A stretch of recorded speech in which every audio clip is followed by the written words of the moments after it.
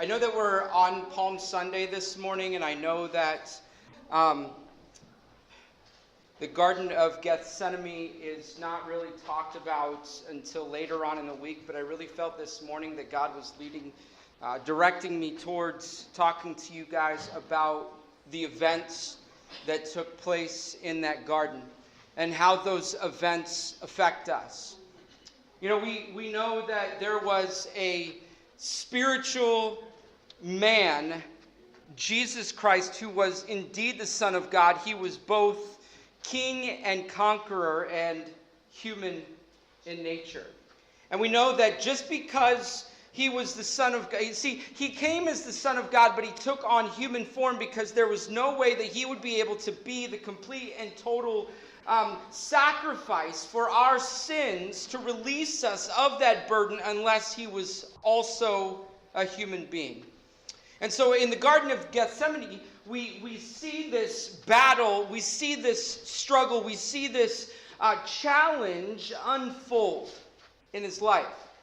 And we see how really this garden experience is the beginning stages, is the beginning place of what would come for Jesus and all that he would experience for us. And so in the Passion Translation, this is where I'm going to read it from this morning. It should be up there on the slides. Matthew 26, 36 through 46. This is what it says. Then Jesus led his disciples to an orchard called the oil press, or the Garden of Gethsemane. He told them, "Sit here while I go and pray over there." He took Peter, Jacob, and John with him. However, an intense feeling of great sorrow plunged his soul into deep sorrow and agony. And he said to them, "My heart is overwhelmed and crushed with grief. It feels as though I'm dying. Stay here and keep watch with me." Then he walked a short distance away, and overcome with grief, he threw himself face down on the ground and prayed, "My Father, if there is any way you can deliver me from this suffering, please take it from me. Yet, what I want is not important. For I only desire to fulfill your plan for me." Then an angel from heaven appeared to strengthen him. Later, he came back to his 3 disciples and found them all sound asleep. He awakened Peter and said to him, "Do you lack the strength to stay awake with me for even just an hour? Keep alert and pray that you'll be spared from this time of testing. You should have learned by now that your spirit is eager enough, but your humanity is weak." Then he left them for a second time to pray in solitude.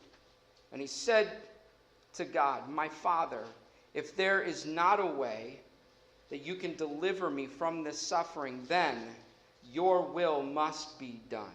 He came back to the disciples and found them sound asleep, for they couldn't keep their eyes open.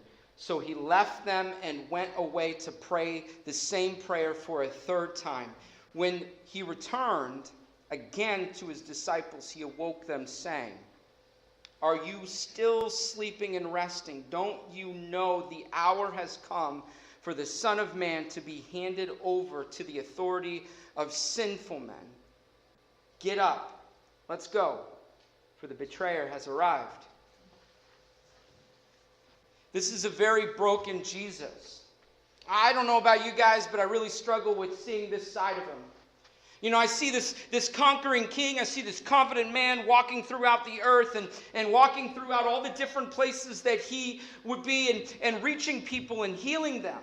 I see him as this, kind of like charismatic individual where people are drawn to him because of the healings, because of the words that he said. I mean, he was a child in the temple speaking and people were astounded. I see him as someone that others would not that he was attractive, that anyone would look upon him and be drawn to him, but just his ability to do all these amazing things brought people to him.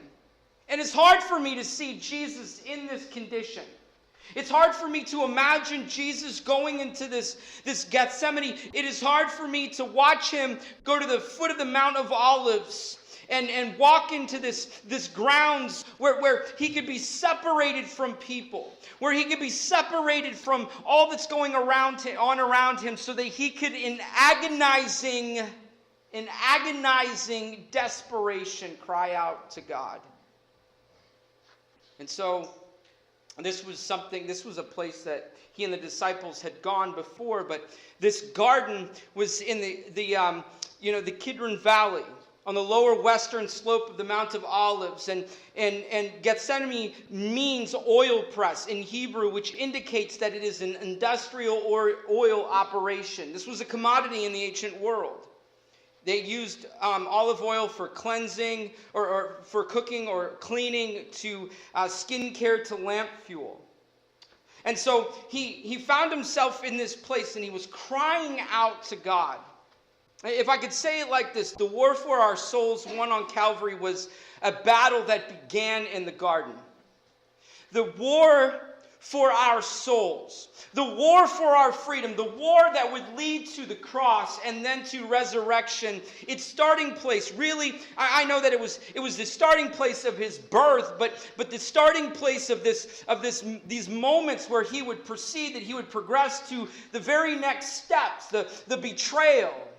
I mean, he just had supper with his disciples, looking at the betrayer and knowing that he was going to betray him, looking at these guys who were sleeping while he was praying, and knowing that these guys were going to abandon him, that these guys were going to run off, that they were going to scatter as soon as things got hard. You see, the war for our souls won on Calvary was a battle that began in the Garden of Gethsemane. This is where he struggled with the reality of his humanity, knowing that this future that he was about to embark on would be full of pain, would be full of suffering, would be full of turmoil. And so this was a short walk from Jerusalem, but it was steep, and so he went to this place. It was a place of the oil press, and it was like he was being pressed. He was overwhelmed. And I understand the opposition of that statement. Sometimes we look at Jesus and we're like, there's no way that Jesus could be overwhelmed by something, but he was human at the same time as being God. So we know that in his humanity, the sheer magnitude of what he was about to face was weighing so heavily on his shoulders. So heavily on his shoulders. And the mood got darker as Jesus, Peter, James, and John went to an ordinary Olive Garden to pray. And so here he is, going into this place of desperation, going into this place to pray, and he walks away from the guys that he told to watch with him, and they fall asleep. They fall asleep. They pass out. All right. I used to think when I was a child that it was absurd that when older people sat down, it took about 60 seconds for them to pass out. I'm not even 40 yet. And my kids make fun of me because after work at Easter Seals, I come home, I shower, all that stuff, I lay down on the floor, and I am gone. I'm like, okay, if I lay on the floor, it's kind of uncomfortable, I won't fall asleep. Next thing I know, my wife is standing there with her phone, like, okay. And then I wake up, I'm like, what's going on? And she's like, darn it. Darn it. I don't know if you guys have ever gotten in bed at night. Usually, at least from what I hear, this is going to sound sexist somewhat, but usually from what I hear, it's the man who falls asleep first, but not in my house. Amen. Not in my house. Okay? I'm like chatting away. I'm like, hey, this is what's going on. This is what's going on. And I hear this, okay, and I'm like, seriously? Or like I was talking about a few weeks ago. Really? Really? I mean, I was just pouring out my heart to you. I know it's kind of weird. Like, as if you guys don't know, I like to talk. It's kind of like, Kelly and I in some ways have switched places. But at the same time, like, we sit down to watch a movie, I'm like, okay, this is going to be cool, this is this great movie, and then I turn over and look at her, and I'm like, oh my, okay. And I tell her, like, honestly, I'm like, baby, do you know that it gets kind of lonely when you just fall asleep all the time? She's like, well, you know what? You want me to be bearable the next day, then you're going to let me sleep. I mean, these disciples had to be tired, right? This was a tumultuous time. These were struggles. Jesus was telling them at the Last Supper, Jesus was telling them that as they were eating, all this stuff was going to be happening. Do you imagine Peter sitting down in the garden thinking to himself, he said I was going to betray him 3 times before the rooster crowed, but that's not possible. Can you imagine the mental struggle that they were facing? Not to make excuses for them, but they sat down and they were passed out. They were just like, good night, I'm tired. And we all face those struggles. We all face those difficulties. We all face those challenges. But as Jesus walked into that garden, he said something so significant, so profound, that we should begin to recognize that at the beginning stages of the sacrifice that he would have to make, it is really it's like this phrase that sets the tone of what is to come. And in the Passion Translation, he said this. He said this to them in verse 38 of Matthew 26. He says, then he walked, my heart is overwhelmed and crushed with grief.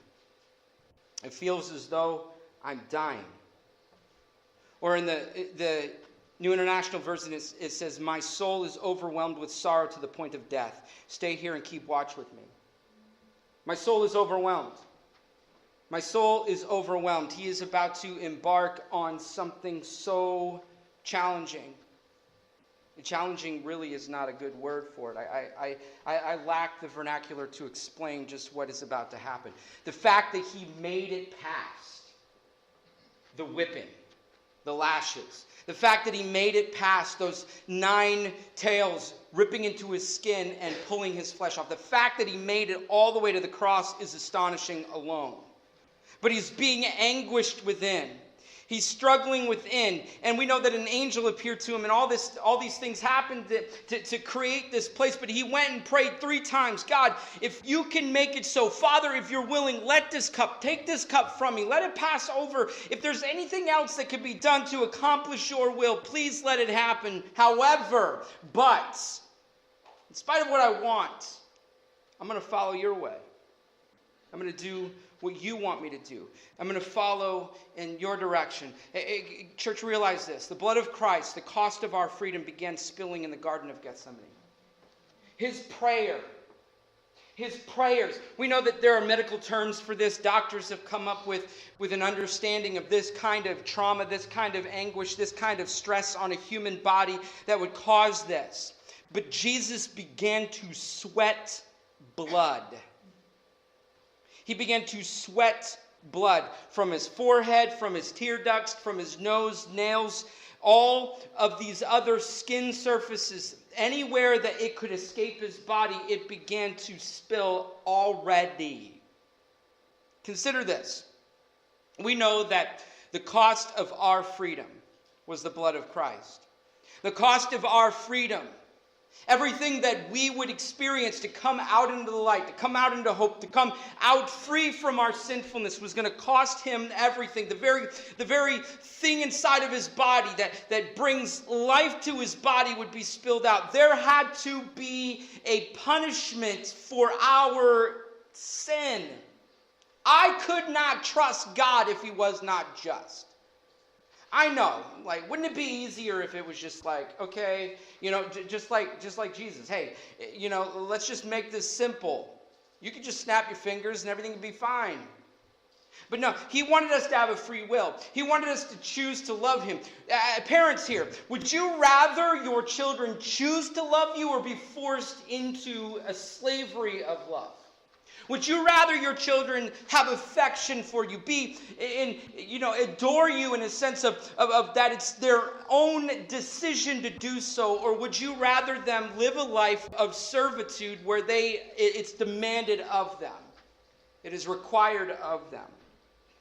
God wants us to love him and worship him, but he wants it to be our decision. Luke 22:44 tells us his sweat became like drops of blood falling to the ground.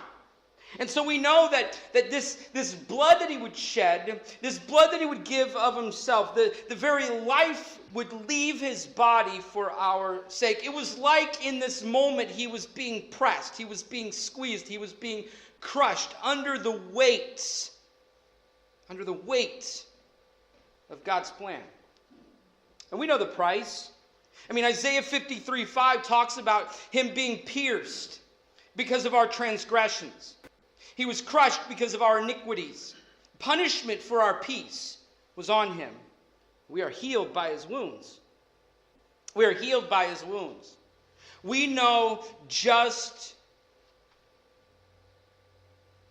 I pray that we know just what it cost him. I pray that our minds would be open to the lavishness of his love.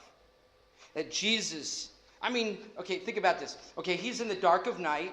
He is in an olive grove. He has every ability to sneak out and not be seen. All right, it's dark out. They have to come find him with his betrayer. He could easily have snuck out of the situation, likely without even being seen or noticed. He could have been gone like that. See, I know that he was the Son of God, and some people say, oh, well, he knew the plan. He knew, God's will, so he had to do it. You know what? He was a human being as well. He could have said, no, these people are too rotten. These people are too wretched. These people are too messed up. I am not going to make that decision. Forget it. Forget it. They are too spoiled. They're too awful. Too frustrating. But, as horrifying as it was, Jesus knew his identity. He knew his destiny. And he would now unflinchingly step into it. He knew what was coming. He knew what was going to happen. He knew just what it was going to cost him. He knew in his soul, because his soul was anguished by this reality. He knew. Now, I know next week, Easter, like Easter weekend, Good Friday, we call it Good Friday. Wow. But it was a Good Friday because it was the day that Jesus took our every iniquity upon himself so that we would no longer have to carry our iniquity. Do you realize you've walked around with sin before? You've lugged that stuff around. You know how heavy it is, how heavy your own sin is alone. And usually when we haul around our iniquity, when we decide to make it luggage, when we chain ourselves to it, we know full well that just a week's worth or one bad moment, one moment that we think is severe, is enough for us to feel overwhelmed and feel like we just cannot carry it. Can you imagine the iniquity alone of your entire lifetime, just speaking of you for a second? Can you look back and think of all the damage, all the flaws, all the back talk to your parents, all the stealing that you might have done, all the lying, the manipulating, the hate that might have existed in your heart, the lust and the actions that you committed in that lust? Can you imagine carrying for your life alone the entirety of your iniquity? Jesus carried the entire humanity's iniquity. Yes, we have to make that decision. We have to, it's free will, right? It's not just like, again, if God's not just, I can't trust him, but we've got to make that decision. We've got to walk into that promise. We have to deliberately say, I surrender to you. I give myself to you. And that iniquity is erased. I mean, seriously. The Bible tells us that he remembers it no more. Of all things for God to erase from his memory, God knows all things. Of all things for God to say, I don't want to know it anymore. It is your greatest mess-ups. Is erased from his mind. And those moments, the decision that Jesus had given himself to, he decided that he would unflinchingly respond to the will of God, as horrifying as it was. Now, his Father's will, not his own. His Father's will, not his own. That prayer right there is of great challenge for us. I know, Jesus, wow, your will, not mine. He's like, I'm going to give myself, I'm going to do this, I'm going to respond, I'm going to give myself entirely to your plan. Lord, I'm going to surrender completely. Completely. I mean, that alone for him, wow, that had to be something else. That had to be a decision, just thinking about it, being so anguished that he was bleeding and saying, okay, God, okay. I mean, in another, the Gospels, it tells us that God can do all things, yet your will be done. All right? Yet your will be done. Jesus wasn't saying you can do all things, but because you won't do all things, I'm going to have to go this. No. He was saying you can do all things yet. That means, that in doing all things, I want this to be not done, but I still trust that you have the miraculous power to carry me through what has to be done. And so he embraced the will of God. And because of his embracing of the will of God, because of his embracing of God's direction for our life, we now have the privilege of embracing the will of God as well. I know that sometimes it can be hard. I know that it can be challenging. I know that it can be difficult. I know that accepting the will of God is not easy. I know that it requires you to finally make a decision and decide, yes, I'm going to be honest about how broken I am. I'm going to be honest about how sinful I am. I'm going to be honest about who I am. But in doing so, because Jesus said yes, and he went to the cross, because Jesus said yes in the garden that night and went to the cross and died and resurrected, realities, amazing realities are the result. 2 Corinthians 5:21 tells us he orchestrated this. The anointed one, speaking of Jesus, who had never experienced sin, became sin for us so that in him we might embody the very righteousness of God. What? That means that I'm made right? That means that my brokenness and all the awful things that exist in me are erased? That means before God, because of Jesus, I can stand and exist in his righteousness? That means that I can be made good? That's hard. That's a hard pill to swallow. Because I'm messed up. And I've messed up. That's a hard pill for us to swallow because we're messed up and we've messed up. There is only one good reason Jesus did not call down 72,000 angels to deliver him from this horrendous battle. He would rather deliver us than be delivered himself. There is only one good reason. I mean, Jesus could have just said, I'm done. I mean, I know that Peter pulled out his sword, right, and cut off a servant's ear, and Jesus is like, no, we're not doing that right now, okay? I know, sheath it, and heal this guy who was about to participate in his arrest. Seriously. There's no good reason. I mean, in the Gospels it says that they said, they were saying, who is Jesus? And he said, I am. And then all of them fell down. And he could have just walked up yeah. And just walked away. 72,000 angels, however many angels he could have brought down in that moment to deliver him from this horrendous battle, he said no, because I would rather deliver the people that I love. I would rather deliver humanity than be delivered myself. That is the ultimate gift. A gift that cannot be quantified. A gift that cannot be explained. A gift that cannot be fully understood. All I know is that it is a gift that is freely given to me.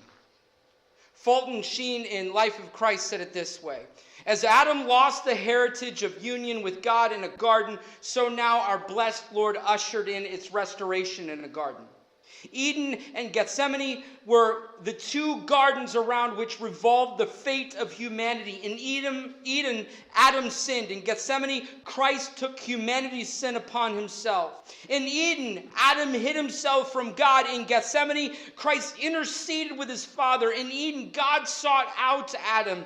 In his sin and rebellion in Gethsemane, the new Adam, speaking of Jesus, sought out the Father and his submission and resignation. In Eden, a sword was drawn to prevent entrance into the garden and thus immortalizing evil. But in Gethsemane, the sword would be sheathed.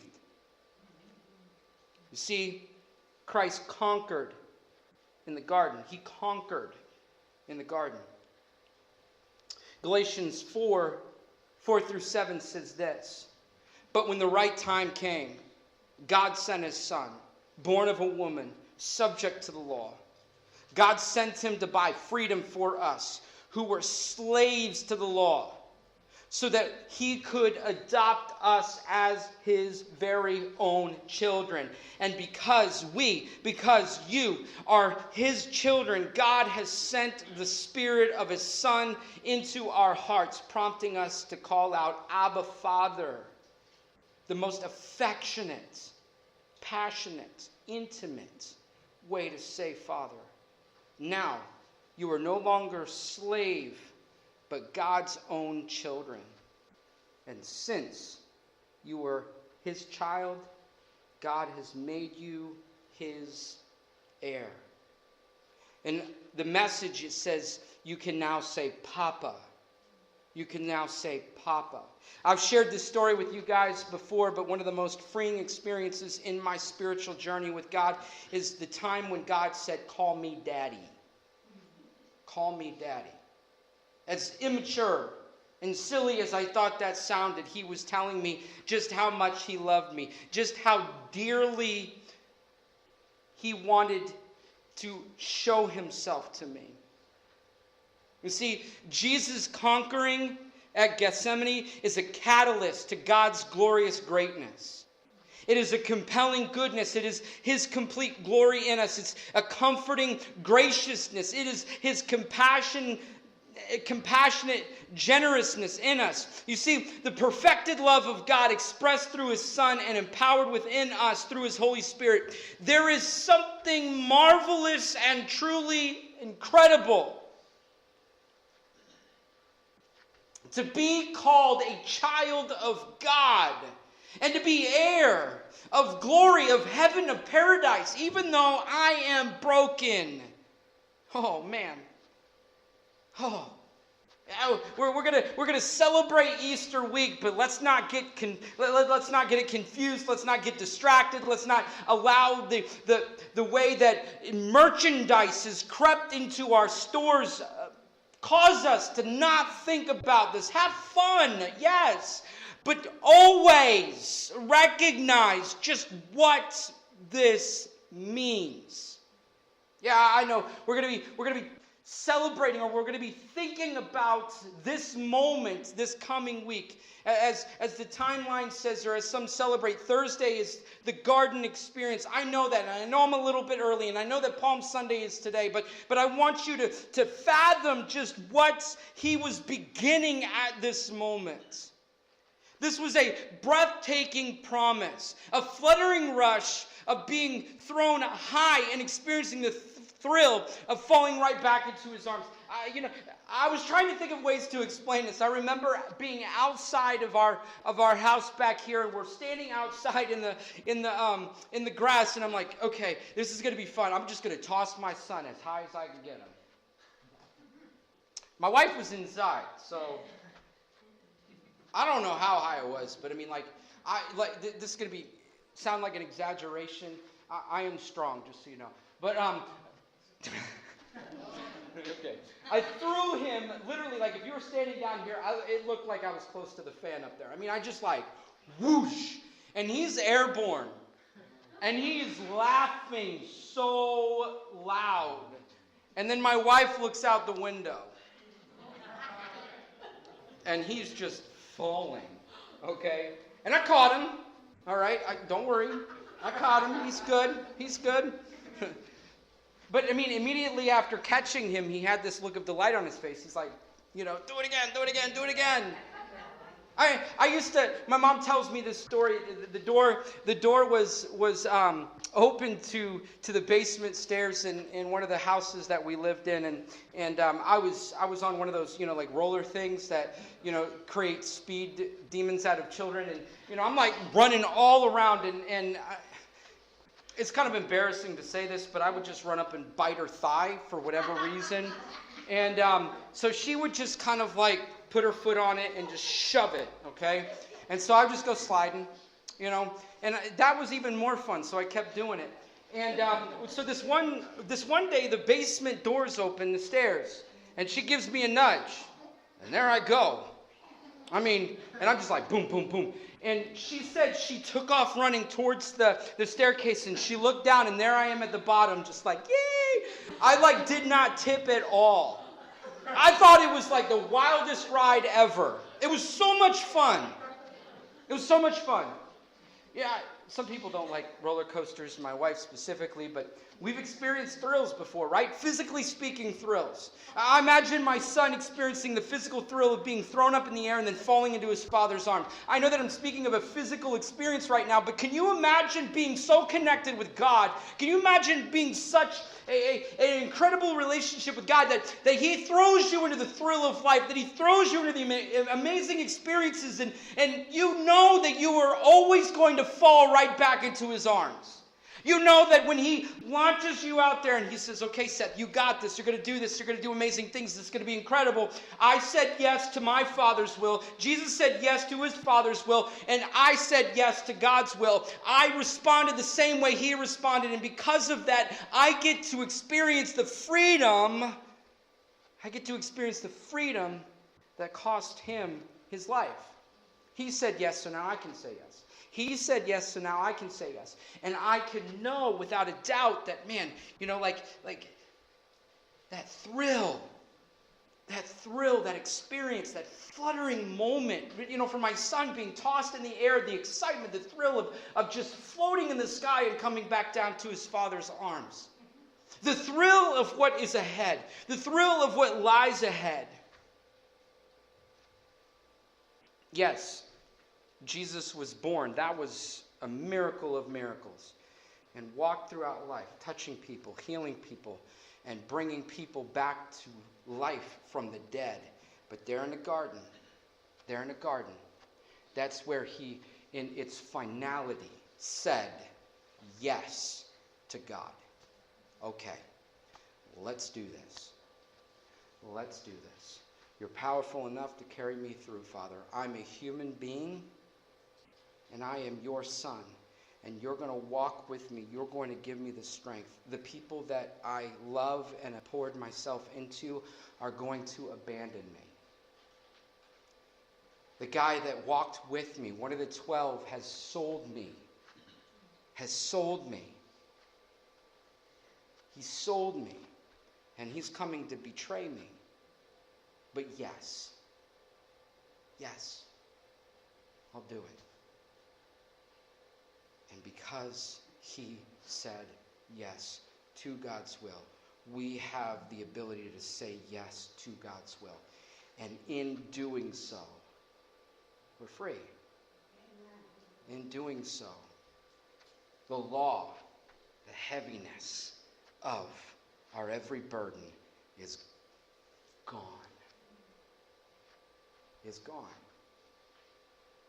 Because he said yes. And he continued. Next week is Easter Sunday, and we're going to celebrate. Truly celebrate what he did for us. We're going to celebrate resurrection. But this week, we need to remember, leading up to that point, we need to remember what it cost him. Yeah, I know. Sometimes we're like, okay, Surrendering to the will of God is not always going to bring about the happy life and the joyful life. Everything's not going to be perfect. Yeah, we're going to have to go through things. It's going to be challenging. It's going to be difficult. I'm going to be hurt. I'm going to be wounded by life. But seriously, seriously, I'm an heir. I'm an heir to his glorious paradise. I get to walk in there and I can wait, but I can't wait. I can wait, but I can't wait. I'm tethered here because the people I love here. I can wait, but I can't wait.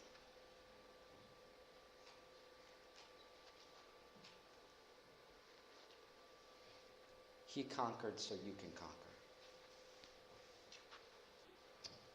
So, with that, kind of as I close each week, what are you going to do with that? How are you going to respond to that? What is your decision today? What is your decision this week as a result of the words that you just heard? I would challenge you this week today to start by saying, Abba, Father, because you are no longer a slave. You are God's child. Let that free you. Let that free you. Father, I thank you for this morning. I thank you for truth. I thank you, God, for the wonder and beauty of who you are and what you've done in our lives. And I pray right now, Jesus, that we would reflect on the decision that you made in that garden and just what that decision unfolded. And in making that decision, in saying your will, not my will, we can too say your will, not my will. And in doing that, we become your children.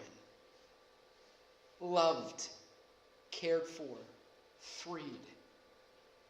We're not slaves, but we are the ones that you lavishly love us. You lavishly give. We're the ones that experience the lavishness of your love. May we be conquerors because you conquered.